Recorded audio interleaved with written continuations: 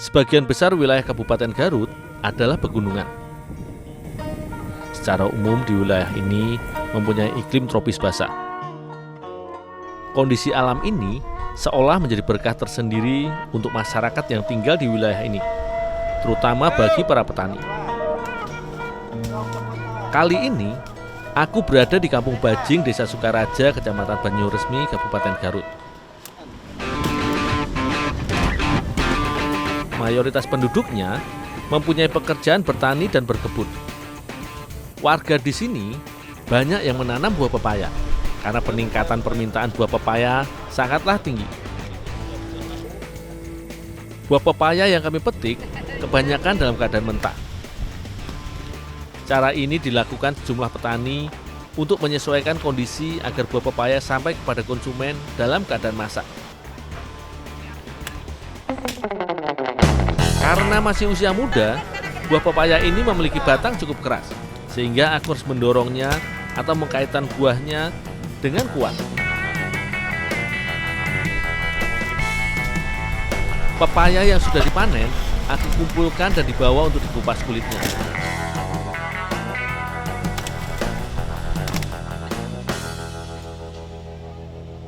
Membawa keranjang yang penuh berisi pepaya ini harus membutuhkan keseimbangan, karena jika tidak hati-hati, aku dapat terjatuh.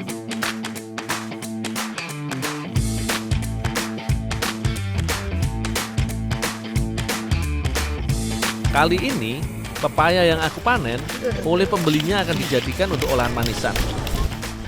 Kulit pepaya muda ini aku kupas hingga bersih. Daging buah pepaya muda ini masih berwarna putih. Setelah pepaya sudah bersih dari kulitnya, tahap berikutnya membuang biji-bijinya.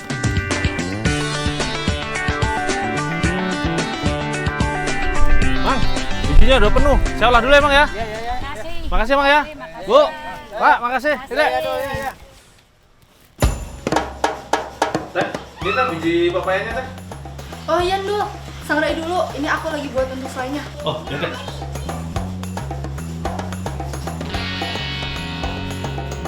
Kue legendaris Kastana Pasundan ini yang akan aku olah.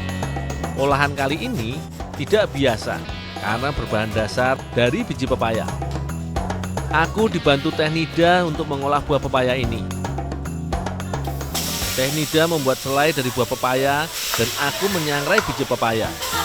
Buah pepaya muda diparut hingga halus, dipanaskan di dalam wajan hingga warna mulai berubah menguning. Buah pepaya muda lebih banyak mengandung enzim papain dibandingkan dengan pepaya yang sudah matang. Enzim papain ini berkhasiat mencegah perut kembung dan buat ibu-ibu hamil, pepaya muda baik untuk meningkatkan produksi ASI. Setelah parutan pepaya menguning, kemudian dicampur gula pasir agar buah pepaya muda terasa manis. Apabila sudah berubah menjadi kental dan berwarna menjadi kuning tua, pertanda pembuatan selai sudah selesai.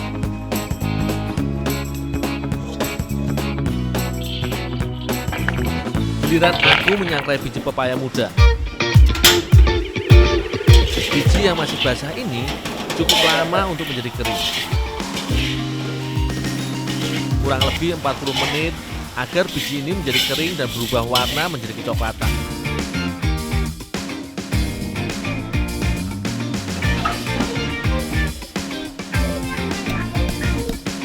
Apabila biji sudah kering merata, tahap selanjutnya biji ditumbuk hingga halus, lalu disaring menjadi tepung. Rumah usaha kue balok Meranti ini sudah berdiri 30 tahun lamanya, tapi tetap mempertahankan resep tradisional dari sang pendirinya. Dan sampai sekarang diteruskan oleh cucunya, Pak Tatang. Ndul, ini selainya. Oh ya. Setelah selesai pembuatan selai dan tepung biji pepaya, aku akan memproses menjadi jajanan khas Garut yang biasa disebut kue balok.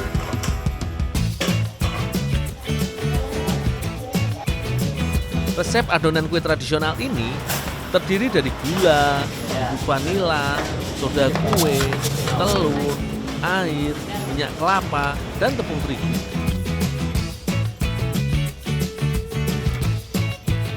Cara mengadonnya cukup unik. Satu persatu bahan dimasukkan sambil diaduk-aduk dengan 4 buah batang bambu.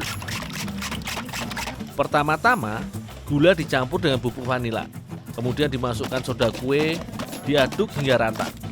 Setelah itu, telur dan air dimasukkan. Aduk lagi hingga rata.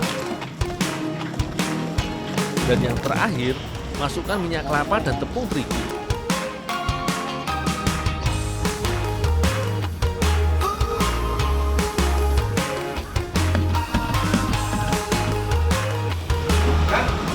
Siapa yang bikin kue balok pakai tepung biji pepaya bisa nggak ya?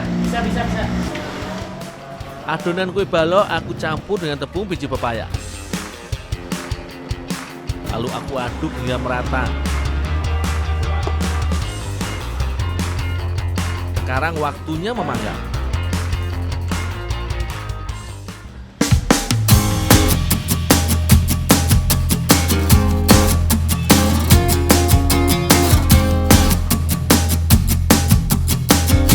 Cetakan kue balok terdiri dari 10 cetakan kue yang terbuat dari besi.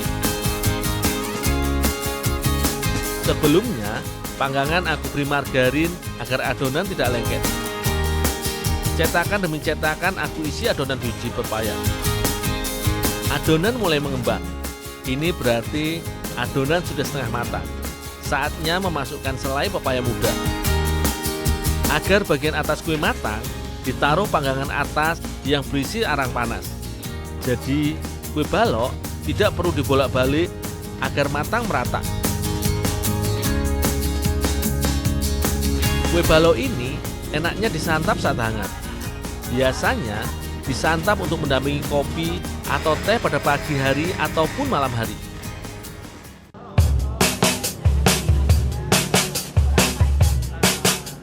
Selain rasanya yang lezat dan mudah dibuat, kue balok mengandung karbohidrat yang cukup tinggi, sehingga bisa menjadi alternatif lain sebagai sumber kalori pengganti nasi. Jadi kue balok ini tadi kue pepaya muda. Makanan yang bercita rasa lembut ini memang disukai masyarakat karena harganya yang sangat terjangkau.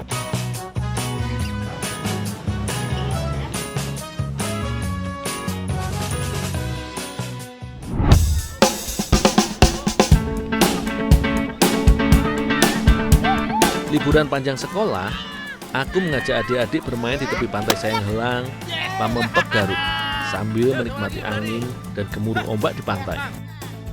Tertawa riang dan selalu ceria bersama adik-adik mengingatkan masa kecil.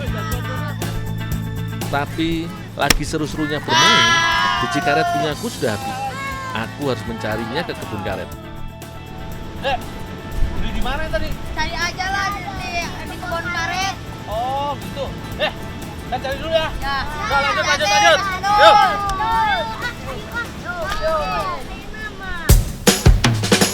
Kalian dari mana? Itu ngadu biji karet sama anak-anak. Menang nggak?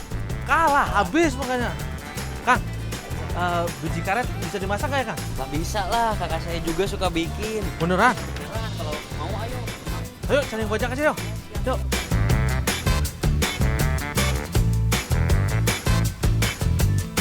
Dalam perjalanan menuju kebun karet, aku bertemu teman lamaku, Kang Garni. Kebetulan, kami sama-sama ingin mencari biji karet. Aku mendapat info dari Kang Garni bahwa biji karet dapat dikonsumsi. Aku jadi ingin berkreasi membuat jajanan dengan bahan biji karet. Pilihanku membuat jajanan noga yang biasanya terbuat dari kacang. Kali ini, aku mengganti kacang dengan biji karet. Sudah cukup biji karet yang aku dapat. Aku dan Kang Garnis menuju tempat anak-anak bermain biji karet.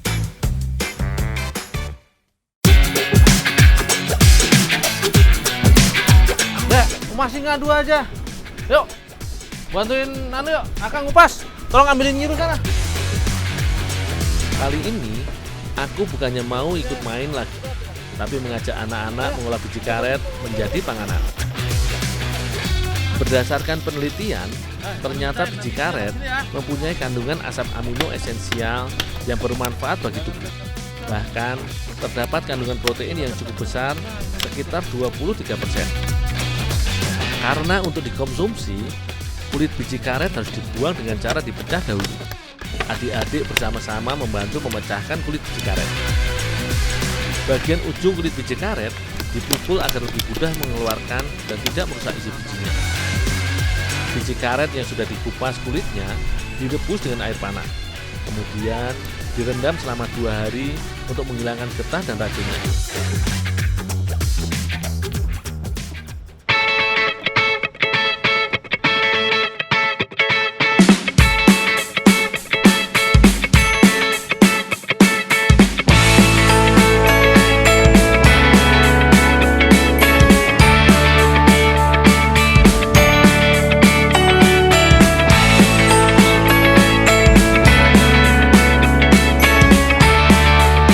Bantu Teh Yesi mengolah biji karet ini. Daun pandan ditambahkan air lalu ditumbuk hingga halus. Sari dari daun pandan ini untuk pewarna alami.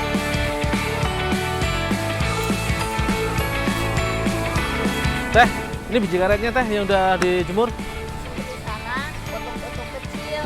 Oh, ya teh.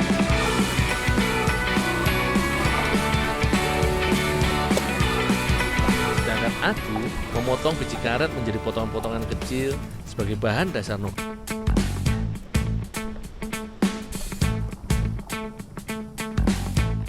Teh Yesi mulai memasak gula pasir dan sari pandan diaduk di atas wajan.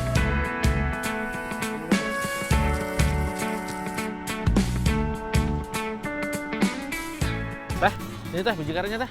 Taruh situ aja dulu. Oh, ya teh. Apabila gula sudah mencair, masukkan potongan biji karet, dicampurkan ke dalam wajan, diaduk hingga rata.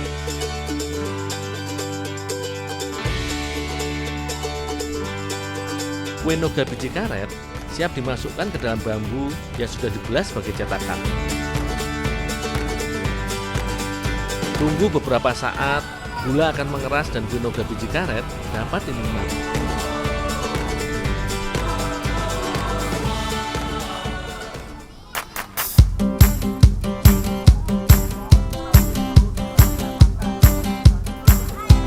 Rasa manis dari noga ini cicipin anak-anak. sangat disukai oleh adik-adik. Isian biji karet yang mempunyai rasa gurih dipadukan rasa manis gula dan aroma pandan membuat kue ini bukan hanya nikmat dimakan, buat Enak kan? cemilan, tapi juga mempunyai khasiat yang sangat bagus.